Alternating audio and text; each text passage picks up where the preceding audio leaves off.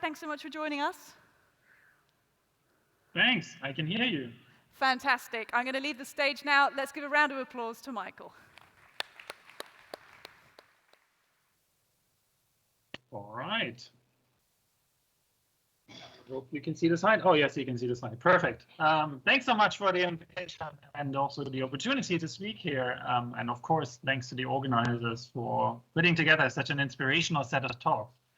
I'm really sad that I cannot be in Amsterdam in person and talk to you all who are there physically. But anyway, today is my pleasure to introduce you to Sony AI and specifically to a recent project that in many ways very precisely embodies the spirit of Sony AI. And so just a word of caution, I'm streaming this from from India actually. And the presentation is quite video heavy because it's a really fun project with lots of videos. So I hope it works out.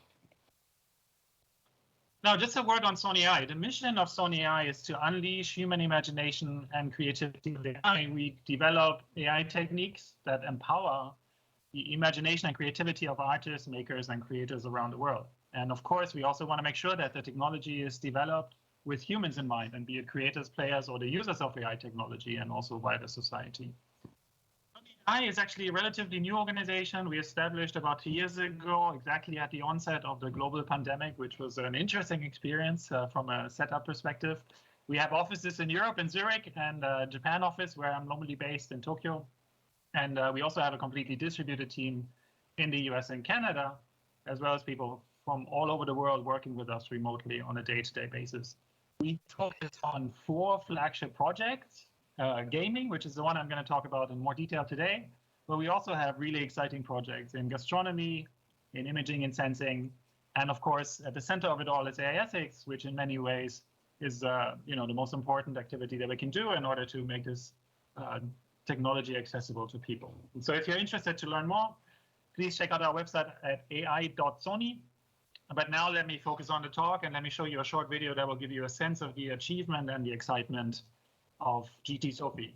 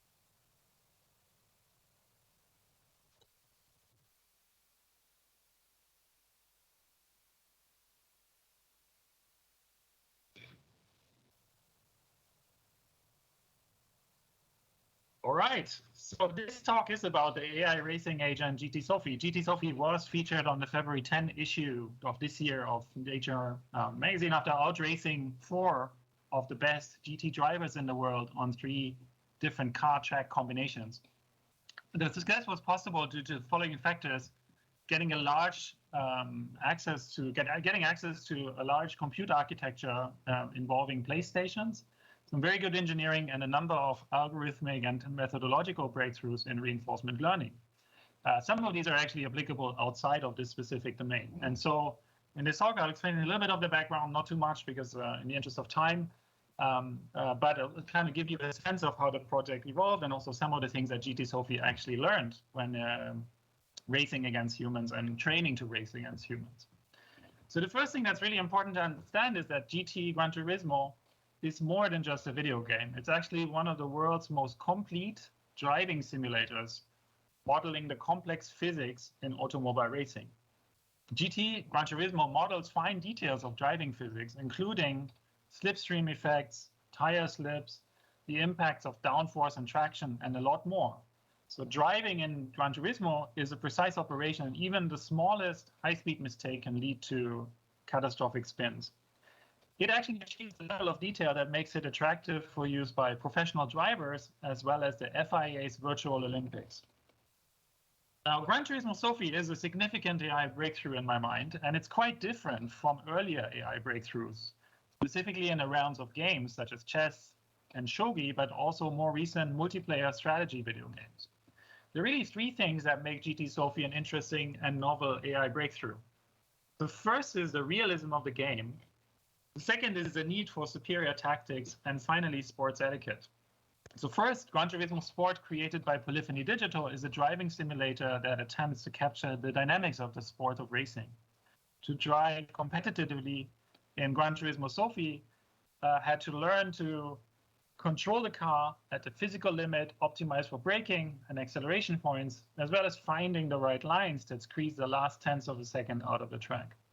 But, and this is the middle part, racing also means that you're not alone on the track. And so Sophy has to find lines to pass opponents, taking into account the reaction as well as the complex aerodynamics between cars. And last but not least, which I think is actually the most fascinating part of this, is GT Sophy needs to adhere to imprecise rules and race etiquette. To win, Sophy needs to learn to drive, attack, and defend aggressively while keeping to the rules, race fairly, and avoid unnecessary collisions. And so finding the right balance between aggressive and fair racing is one of the defining characteristics of motorsport, and Gran Turismo Sophy had to learn this to actually succeed at the highest level. GT Sophy was trained using a technique called reinforcement learning, which of course is a standard technique these days in AI. And just very high level here, reinforcement learning works in the following way. Specifically, deep reinforcement learning works in the following way. Actually, reinforcement learning in general, but deep reinforcement learning in particular. Gran Turismo Sophy observes the environment, that's speed and acceleration, the relative position of course borders and opponents, as well as progress of the car along the track. And then based on those inputs, Gran Turismo Sophy learns to take actions such as using the throttle, steering, or braking. And now to learn, Sophy gets a positive signal or reward when things are going well and when it's making progress on the track and overtaking other cars, and negative signals when things are not going well, for instance, after a crash. And now through continuous interaction with the game, we train a neural network, so that's where the deep reinforcement learning comes from, to make decisions that optimize for staying on track, driving fast without losing control, and overtaking opponents while observing race etiquette. The rough architecture of the system we built, we used GT Sport as the target racing platform. We developed novel techniques in RL to deal specifically with racing and our environmental requirements. They're able to successfully train an agent to learn to race competitively. The last piece of the puzzle is scaling. In order to scale learning, we developed a distributed training platform, and that platform is then deployed to PlayStation cloud gaming servers to access massive resources for continuous training and retraining, testing, and evaluation. We used parallel rollout workers, each worker connecting to a PlayStation 4 to collect training trajectories that are stored in a buffer. It's called an experience replay buffer and reinforcement learning. And then we have a trainer sampling data from that buffer and training a policy using our specific RL algorithm. And obviously this gets deployed massively across PlayStation server architecture that we have access to within Sony. Now, the first thing that we did is actually come up with we did come up with a number of technical contributions, but importantly, we focused on time trial first. And time trial is, of course, when the car is alone on the track, racing against the clock. So let's look at how training progresses for a time trial scenario. The top graph on the left here is showing the distribution of individual players best lap times on the track called Majore. This is recorded data from Kudos Prime, which is a database of player times. Superimposed is the number of hours that GT Sophy takes using 10 PlayStations with 20 cars running simultaneously on each PlayStation to achieve similar performance, right? So this is track time. So the shorter, the better. After 4 hours, Sophy learned to sort of a slow lap time of 150 seconds. After 8 hours, we're closer to the performance of the built-in AI, which is a hand-programmed AI. And after 24 hours, we have a time around some of the best human drivers. In the bottom graph, the time of 100 laps from the time trial policy GT Sophy used in the July event last year, and compared it with the best human drivers' best lap time performance. And Majora is the only one of the 3 tracks in which the best human performance was close to GT Sophy. So we actually tested different tracks, and this is basically the track where the humans got closest to GT Sophy, but ultimately unable to beat it in terms of time. I'm just going to show a video here to give you a sense.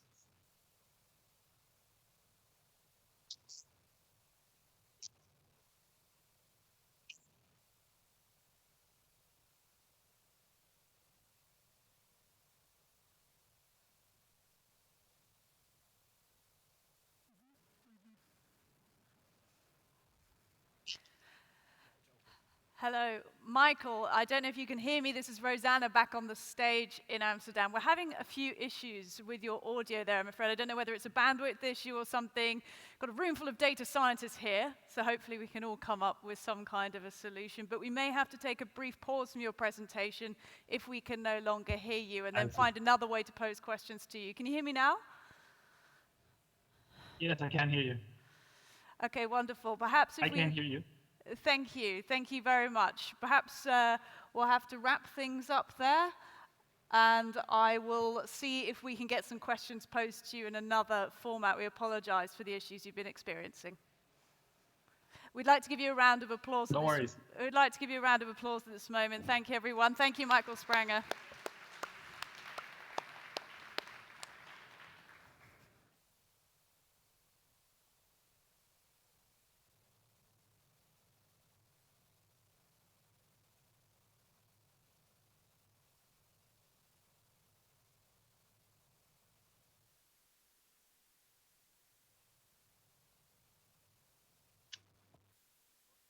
So it didn't work. Yeah.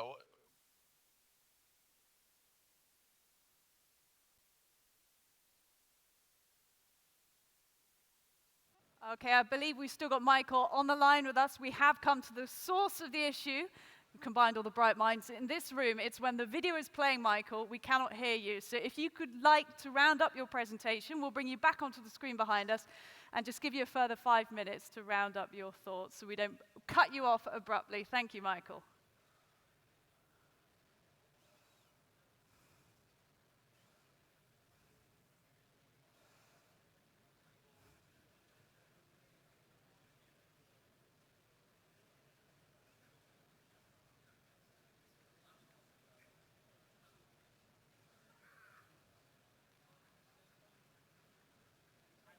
Results, which is just going back to the presentation I had. So I was talking about GT Sophy, the Nature publication. I was trying to give you a sense of the achievement, and I stopped here at time trial, which is of course, GT Sophy racing against the clock on specific tracks.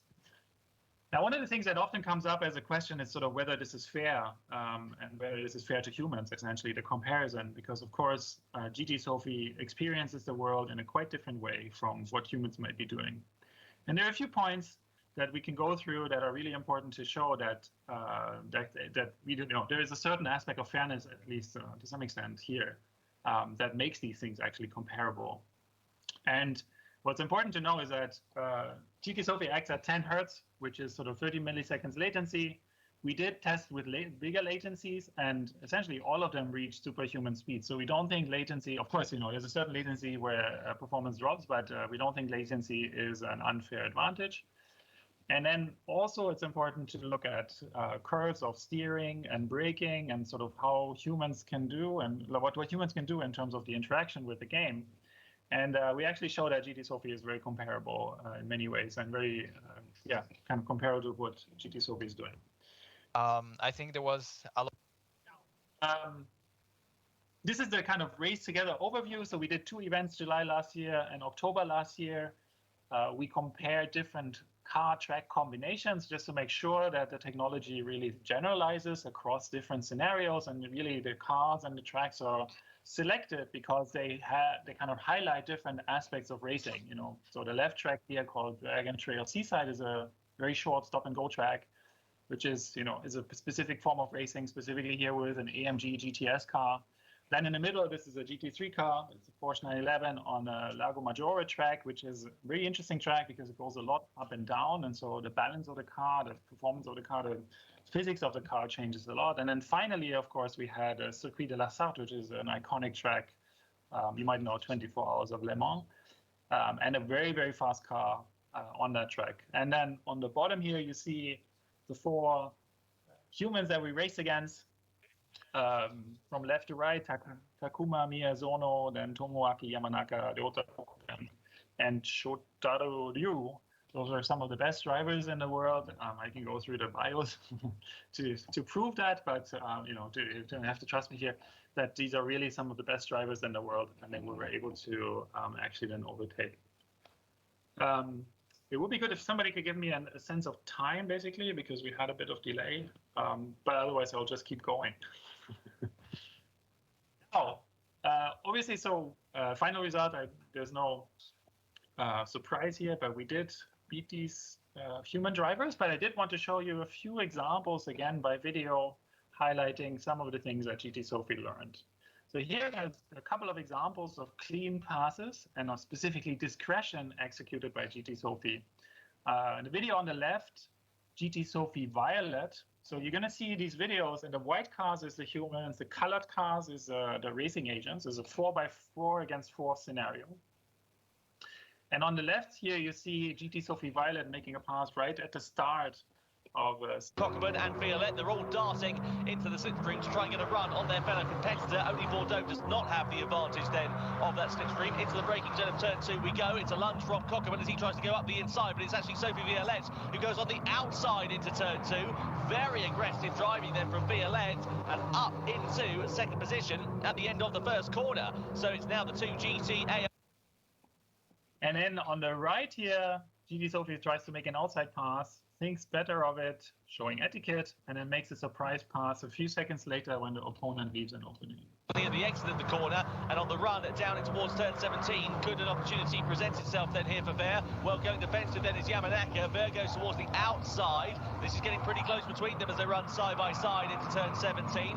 Yamanaka holds firm into the inside line, and Ver is not able to get themselves past them and through and up into 4th position for the time being. So over the timeline we go. This is where the slipstream though of course will help Sophy there as they come down towards turn 1 and then into the braking zone of turn 2. You can see the lift off the throttle there for Vera, just don't get too close behind coming through those series of corners. Big old bit of opposite lock as we come down the inside. Miyazono's trying to go through there as well, but not close enough. Vera goes through on Tomoaki Yamanaka though for P4. So I hope you saw that. This is a very amazing pass at the very end, kind of like going left and then right and then overtaking the human. Now, there's maybe one more video I want to show, and then we'll kind of wrap up here. These videos show that here during the final lap of Seaside, the front 2 GT cars, GT Sophy cars had a massive 2-second gap to the closest human. And in this video, the 2 GT Sophys leading the race run bumper to bumper without any incident. Bend we go. That's where we saw Yamanaka make a bit of a hash of it last time around. As a result, he now sits down in 7th place. Through the tunnel we go. Again, very close to the wall on the outside. Violette, they're just lifting off the throttle ever so slightly. Bit of dust being kicked up by Bordeaux under the braking zone. Does that cost them a bit of time on the entry? It certainly does. Cost them to run wide and miss the apex by half a metre or so, I should say. And now Violette's got a good run as they come on towards the start finish straight. Has to dart back though into the slipstream as we start the final lap of race 1 for race to. Yeah, so you can see, of course, that this is they're actually running for quite a few laps together without any incident, very, very close together, because of course they are able to do this because they are agents.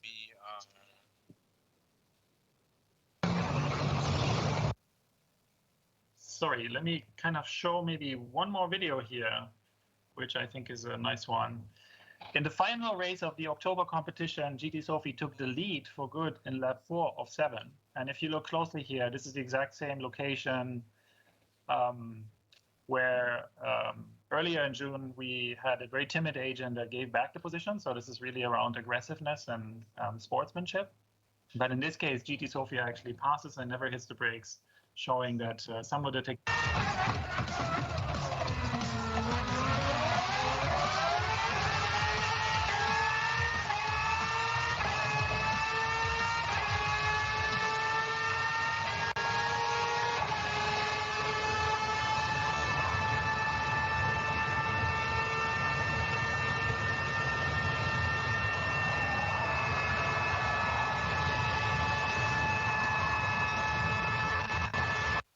This is really impressive racing because this is extremely high speeds. You need to be extremely skilled in order to do that. And of course, it's sort of, to the credit of the team and also the agent, I guess, to be able to learn to this, to achieve this mastery of racing, and then also really achieve the right balance between aggressiveness, but also sportsmanship to win fairly in these races. Now, for the final race results, it's really quite simple. In October, we took first and second in all 3 races. We ran the fastest lap, and we won also a team kind of point score that we came up with here in order to compare the 4 humans versus 4 GT Sophys. So that was really an amazing success. Following an event in July, actually, where we didn't quite have these convincing results, and so the team went back and kind of focused on the problem again, and then really came back, really smashing it essentially out of the ballpark. One of the things that's important to us is we want to bring this technology to the people. And so testimonials specifically from top GT racers after they race against GT Sophy are really important for us to understand whether this technology is inspiring to them. So I'm just going to read some quotes here. I'm not going to show the video because I'm not sure that it's coming through. But there is Tomoki Yamanaka, one of the key drivers. He's saying the AI is hesitating to overtake until the very last moment, and it gives you the impression that the AI has become more like a human. And then also Valerio Gallo, another top driver, said he's racing against the Ghost, which is a version of GT Sophy that he can see and follow. The Ghost is always a reference. Even when I train, I always use someone else's to improve. And in this case, it's such a very fast Ghost, even though I wasn't getting close to it, I was getting close to my limits. And that's really important to us because it shows that this technology can be inspirational to not just the creators of the game, but also the racers. Okay, so this is a very short presentation, and apologize for some of the technical problems that we encountered here, but I hope you got sort of the gist and maybe have been really inspired to look this up. We have the paper, it's out, so you can read it. We can also go to our website where you can watch more documentaries on how we program the agents and some of the technical details. And so finally, just let me also highlight the team here, which is of course a large team, a global team, working from the US, Europe, and Japan together to make this happen. And it's really to their credit that they were able to do this in a relatively short amount of time to achieve this amazing breakthrough. Finally, so this really embodies our mission at Sony AI to unleash human imagination and creativity with AI. We are focused on key technology breakthroughs that really change the game, but then also we focus on bringing this technology to people. And so, of course, one of the key next steps for us in this project is making sure that actual players of Gran Turismo have access to this technology and can race against it. And there are specific challenges coming with that, of course. We have superhuman racing now, which, for people that are maybe mid-level or just learning or just getting started may not be all that interesting. And so, of course, working on bringing this technology to different levels of driving. And so to be able to inspire not just the top drivers, but pretty much everyone else also who's interested in the game. Thanks very much. We are always looking for people. If you're interested in this, please do not hesitate to reach out. And thanks very much for your attention. And I hope this was, at least to some extent, enjoyable. Michael Spranger, Sony AI, thank you. And thank you to all of you for bearing with us through some of those technicalities there.